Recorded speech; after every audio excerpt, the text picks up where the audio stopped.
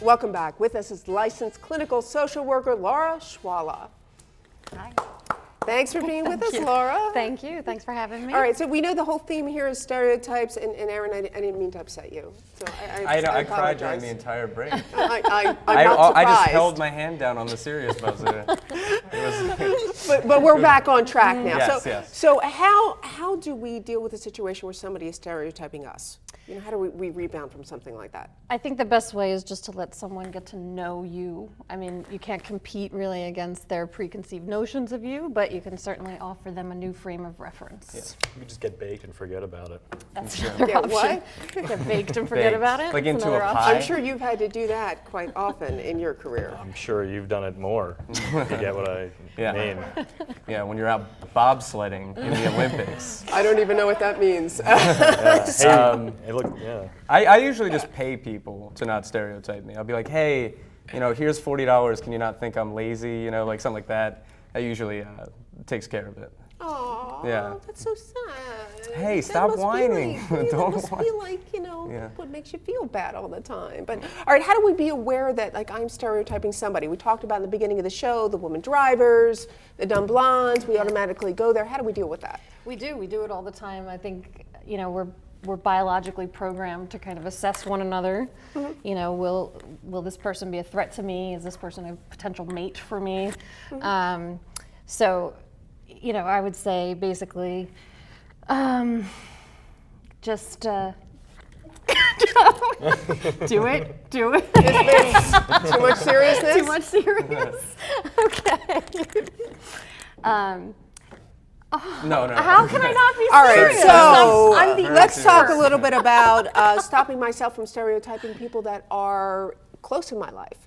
So Tim, how about the person that, they say you're always late, you're never getting home on time, or you always like to watch sports? I think there's a difference between like stereotypes and fact scale. So it's, it's like when my girlfriend complains that I'm always late, and I'm like, you're stereotyping me, it's hurtful. Yeah. Well, you have a girlfriend? Oh my God. Oh my God. Well, no, she must be like a saint because, I'm some sort of a she knows what you're creep or doing something. before That's you true. get home. No. Oh my God. All right, how about the racial stereotypes? There was a study done by 2020. They took a picture of a black man, a white man, and they said to the kids, all right, what do you think of the black man? They thought he was a criminal. Right.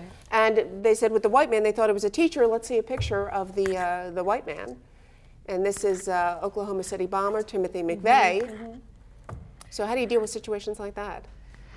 I think it's important to educate children, show them different images of people who maybe go against the stereotypes that we're thinking of.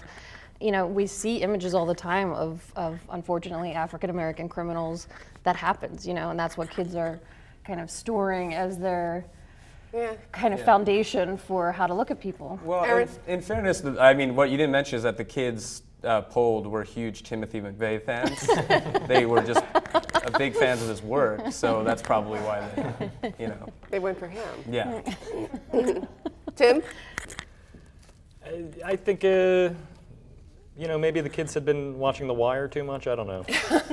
How about stereotyping in the workplace? Well, I work with Timothy McVeigh, so but in fairness, that's the only stereotyping I do because, as you know, I'm a white person. So the stereotype about white people is that we never stereotype. So I've never stereotyped anybody in my life. So it's common knowledge. All right, well, let's go ahead and take a look at our very next clip here. This is 69% of speaking characters in primetime comedies are men. 69% are men. Most of the time when it comes to women, we're pretty much invisible. But I have to say that I think I figured out guys. Once every 7 seconds, you guys are thinking about sex. So therefore, I could be, right, there you go. I could be commenting on a missionary that's walking by. Automatically you think of something. I could say 69 days till my birthday. There you go, you think 69. You count down your birthday from at least 70? Maybe. Wow, that's... Maybe. All right, take a look at this Well, one. that study doesn't mention that, in fairness, at least 60% of non-speaking roles go to women. And that's a little unfair to men. Where are all the non-speaking roles for men? Women are getting them all. you know? Well, that's because you guys always want to be doing all the talking. As long as, just like you proved at the beginning of the show. Yeah. Just trying to run with it all. I came on this show and I talked. Oh my God. And you buzzed. It was in danger and you of getting whined. serious. This is getting a little too funny for me. A little bit. You know what? We'll be right back. We're going to take a break. We'll be back with Pass or Fail with Gail.